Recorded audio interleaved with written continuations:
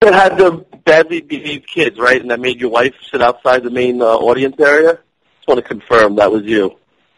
Nope. Right, you're the guy who met, you shook hands, and your kids were like pulling people's like lanyards, and then you made your wife sit outside in the main audience area? That's you, right? Nope. Sure isn't. Okay. Anyway, moving on, Dean. Moving on. No, let me clarify something. Let me clarify something for you, Bucky. And by the way, right. I'm not mad. I think we have a disagreement, and we're sniping back and forth on Twitter, and that always gets on, inhuman. So let me just clarify something. That was my ex-wife you were talking to, and her husband.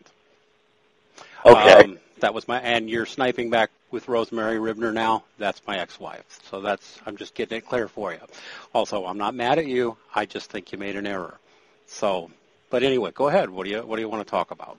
Because you keep saying that I made an error. So I just and you're calling me a dumbass on Twitter. It's all fine. Like, again, the things you guys say kind of just rolls off my back. But on the Voice for Men website, International Conference on Men's Issue from June 26th to June 28th. Third, June 26th was your press conference for your conference, your press event for your conference. You cannot separate your press event for a conference you're having from the conference you're having. I'm just like, I don't see your logic here. So all the speakers that spoke, the only difference between them speaking at the press event and them speaking at the conference was allotted time. They spoke for 5 minutes each, but at the conference they spoke for longer. But all the speakers for the press event for the conference were, I just don't see your logic. So I'm just love to understand your logic here. Okay. All right. First off, we did meet. We did shake hands. Then you went out and talked to John Ribner, my kid's stepfather, and my sons were there, and her son with him was there, and that's who those folks were. And you had a little interview with John. You never interviewed me, just so we're getting that straight. But you wrote on Twitter that you spoke to me personally. I did, because we shook hands when you came in. You said, I'm Bucky Turco. I was standing there next to my wife at the ticket counter, my current wife, and I said, oh, hi, Bucky Turco. That's it. We didn't have any... Okay, so in other words, we actually didn't really converse. But okay, continue on, sir. We shook hands and said hi. Now, Bucky, you said all kinds of, That's not what you said. You quoted me as saying, don't you know all the men have the power? So you actually never spoke to me, and you said on Twitter you did. John P. Ribner. These are Bucky, go read the article by John Ribner. He's the one who quoted you as saying men have all the power and said that was dumb, which, by the way, it is. If you said it, you should just acknowledge that's a dumbass thing to say, because we don't.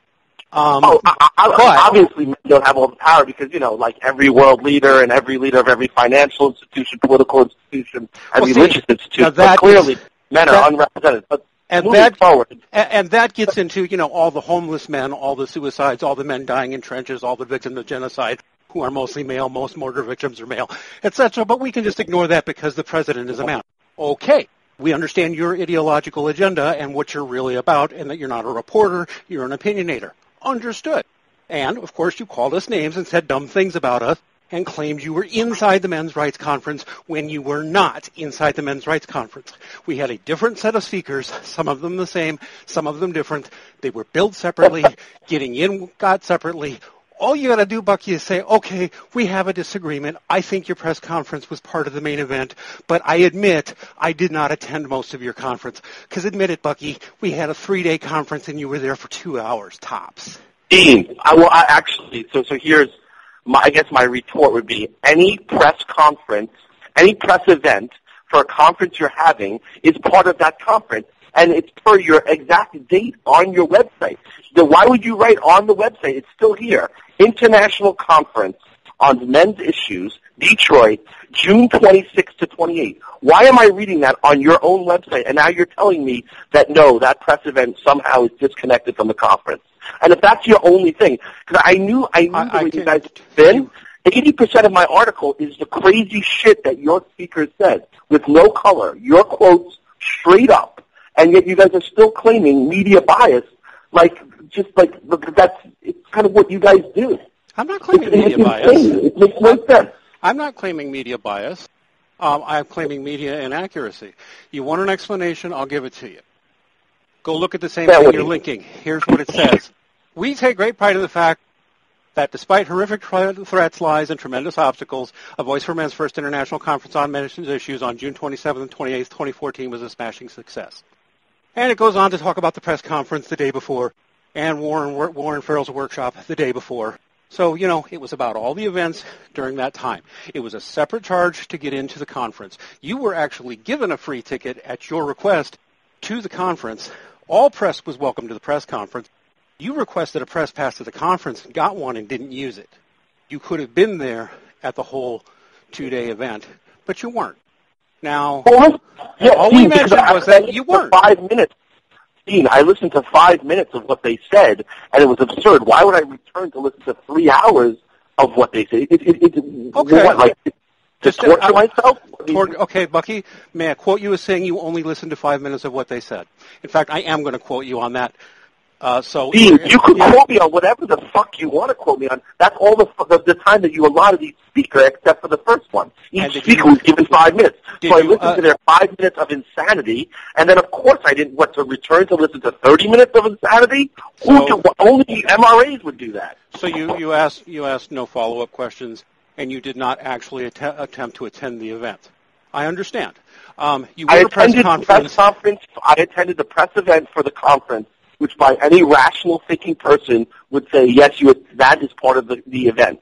We don't agree. You can't have a press event for a conference and then separate it from the conference. Only in your mind, where you guys make up reality, does that make any sense? So why would we let people in free to the press conference and charge them to get into the main conference? Why would you guys have an event that thinks that men are losing their power in the world? I don't know. Why would we charge? Okay, so you have no answer to the question of why we would charge for the conference, but would have a press conference that anybody could get. So you got no answer to that. And you think that everything that we said is stupid, so you really didn't have to listen or do any follow-up calls. Dean, if I want to get advice on a ride-on mower, I'll call you. Otherwise, you're really not a good source for anything. Well, I'm a good source on the International Conference on Men's Issues, and Bucky Turco, you didn't come to it. But you did accurately have quotes from the press conference. I never accused you of inaccurately quoting the press conference. You're showing your clear bias and your contempt for men who are in suffering. And you're showing a clear contempt for human rights in general with all these bigoted assertions you're making. But I'm not calling you out on any of that. I don't care about that. You reported accurately. The only error was you claimed to be at a conference. You weren't, brother. Okay. You declared it all to be stupid. At least I'm glad that you're admitting that Paul Elam falsely said that the police were there because of death threats. And That's when why I they were the there. Police officers, they said that wasn't true. So at least you're admitting that. So I guess we no, are I making do not progress. admit that. That would be something you would be lying about, sir. And if you print that, I will call you a liar. On video specifically says, hey, if you notice that there was police here, the reason why is because we got death threats. So what did I do as a reporter? Went and spoke to the police officer, and the first thing they said was, sorry, sir, we had no intelligence of that. The men's rights hired us to be there. They hired us. Bucky, they were there because of the threats reported to the Detroit police, which are documented, in which there are 2 police reports for. So, of course, there are no reports to the St. Clair Shores Police. It's a different police department. Can you not understand? We were required to hire those police because we had to take the threats seriously. So that's why we hired them. If you think there were no threats, call Shannon Donovan's at the Doubletree Hilton in Detroit. Call the Detroit PD and verify the existence of those, or just admit, oh gosh, we had reason to believe there were threats and we had to hire cops. Because that's what happened. So, seriously, Bucky, are you a reporter or are you just in there to give hit pieces and not treat us like human beings? Dean, you guys are hilarious. If you don't like what someone says, you attack the reporter. You claim media bias. Your playbook is something taken out of the best of Tea Party and KKK clans. This is like a tactic. And it's hilarious to me. Like I said, just talking to you just proves it. And you guys, what's funny is we're both laughing at each other. But I'll just repeat, I never use the word media bias. And Tea Party, brother, I voted for Obama. What the fuck are you talking about? Really, seriously. All I said was you made an error.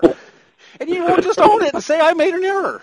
I didn't make an error. Now, of course, now I caught you out now I caught you out in outright dishonesty because you can't tell the difference between St. Clair Shores Police and Detroit Police.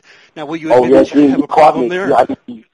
Fact checker, Dean Esnight. I mean, you're really on top of your game. But again, Bucky, this is going nowhere. This was just funny. This was very amusing. When you can refute my actual reporting, let me know. When you're just going to argue about it. I did refute it. I mean, you haven't refuted anything yet. Nothing important have you refuted yet. All the death threats, sorry, you misreported. You just asked the wrong source. So you might want to correct that. 2, you might want to make it clear don't ask the police that you hired. Don't ask the police that you hired if they received any intelligence on death threats. Contact someone else. Like contact someone from your organization. The original, yes, the originators where we got it from. My God. Animal New York really hires some amateurs. I'll see you later, Bucky. You are an endless source of entertainment, brother. Don't come to any more of our events, though. What are the best barbecue bricks to get? What are the best barbecue bricks to get? I did not hear that. If I'm going to do a barbecue, what's the best barbecue bricks to get? Or do you suggest kindling, or how does that work? Well, what I would suggest is that you go take a Journalism 101 course so that you can report at least as well as a high school journalist, because you didn't even manage that when you can't acknowledge basic errors of fact and really horribly bigoted statements you made about us. You've admitted we were stupid, and you just wanted to make us look stupid, and you didn't stick around for any follow-up. Oh, no, you guys did a great job on your own. I didn't need nothing. You did not need my help to amplify the stupidity coming from that conference. Well, just so you know, there's not going to be any articles written about you. Well, John Ribner wanted to write one about you, that mentioned you and some of the other press guys. You got lightly tickled. And in turn of getting lightly tickled, you got all upset. I mean, really. I'm not upset. This is amazing. It's very entertaining. You're an entertaining person. Well, you're entertaining me too. I kind of like you in a weird way. I mean, you're making fundamental errors and not acting like a human being, but you are entertaining. And I guess that's what Animal New York is about, entertaining. Fair reporting, not so much, but entertaining, sure. Anyway, when journalists have egregious lies, we go after them. We're not going after you. We just noted that you made an error. And you were silly because you made an error, and you're silly. You've said more silly things on this call, but otherwise, what do we got to say? You're being silly. You are a silly man. Go back to journalism school. I can't. I just can't. You can't go back to a journalism school. I understand. Student loan debt, it's a big problem for us. So, in any case, but if you ever want to learn something about the issues instead of just mocking them, let me know. But we got Animal New York's number now. You're basically cracked. Or Mad Magazine, and you're not there to do anything. You got most of your quotes right. I thank you for that. Because the journalists who misquoted us will be hearing from us. You didn't misquote us. Excellent. You got some. And what model of ride-on mower do you suggest? You didn't answer that one. What? What model of ride-on mower do you suggest? Oh, I have no idea, brother. I live in a condo. My wife and I live in a condo.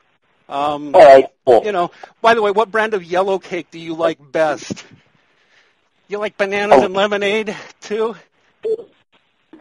I'm seeing you being very fond of yellow. Take it easy. Good luck with your, Good luck, brother. With your issues.